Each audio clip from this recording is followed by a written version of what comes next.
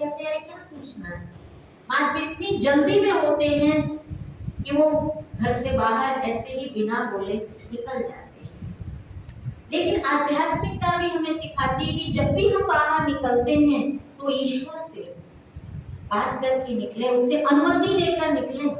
और ईश्वर की जगह माता पिता हैं, वो भी एक ईश्वर की तरह हमारी पालना करने वाले हैं, वो शिक्षा देने वाले, पल पल पर, कदम कदम पर हमको सावधानी देते रहते हैं कि मेरा बच्चा कहीं कोई कदम खराब ना रख दे, कहीं कोई घटना घट जाए। तो माता पिता भी जब हम बाहर निकलते हैं तो उनकी अनुमति लेकर जब हम निकलते हैं तो उनकी दुआओं से हम सेफ रहते हैं।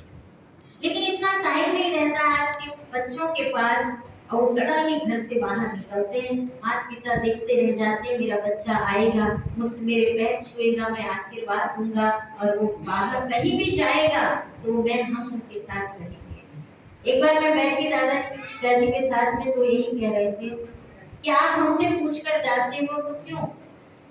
क्योंकि हम कभी भी इतने बड़े हो गए, कभी भी बिना बोले बिना कहे कि हम जा रहे हैं सेवाओं पर, सुबह निकलते हैं शाम को आते हैं, बिना बोले। कहीं किसी घर भी पास में भी पड़ोस में भी जाना होगा तो पहले अनुमति लेके हम जा रहे हैं, बोल कर जाएंगे कि जा रहे हैं।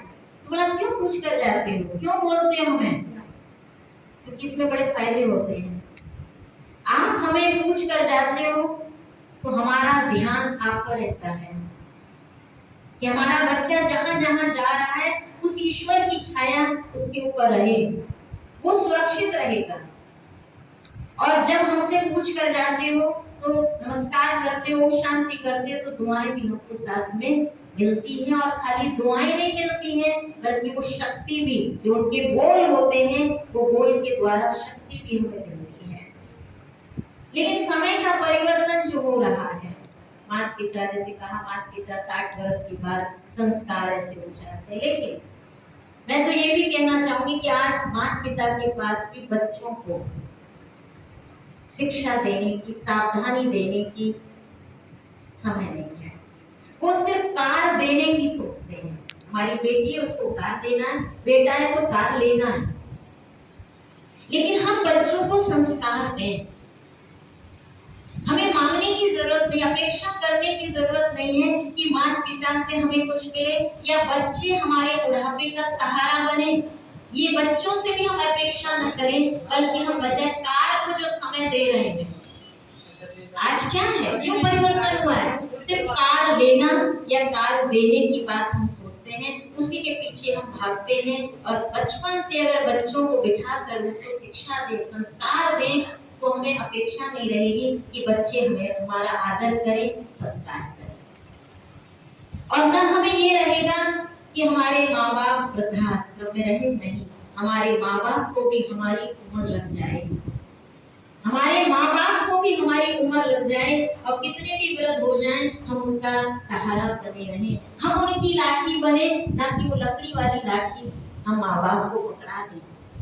बुढ़ापे में क्या चल नहीं पाते हैं, कई लोग, हमारे दादाजी थोड़ा पैरों से हो गए थे तो कई कहते थे लाठी दे दे आपको, लेकिन ये सब तो मुझे अंदर खाता था, नहीं, हम किस लिए हैं?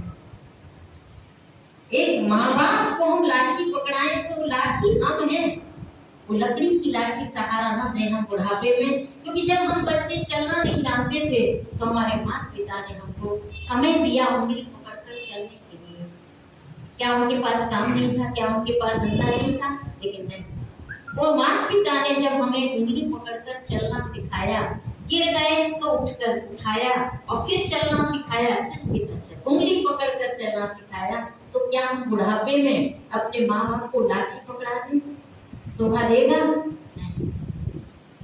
हम उनको सहारा दें, हमारे पास समय नहीं है तो हम उनको कोई ना कोई सहारा दें कि नहीं, ये माँ बाप हमारे हैं, ये माँ बाप ही नहीं है बल्कि ईश्वर का स्वरूप है, जो हमें जन्म ही नहीं देते हैं बल्कि हमारे जीवन को बनाते हैं, संस्कार देते हैं। जीवन को कैसे जीना है वो माता पिता भी सिखाते हैं, और वो ईश्वर जो आध्यात्मिक ज्ञान के माध्यम से हमको अच्छे जीने की कला भी सिखाता है।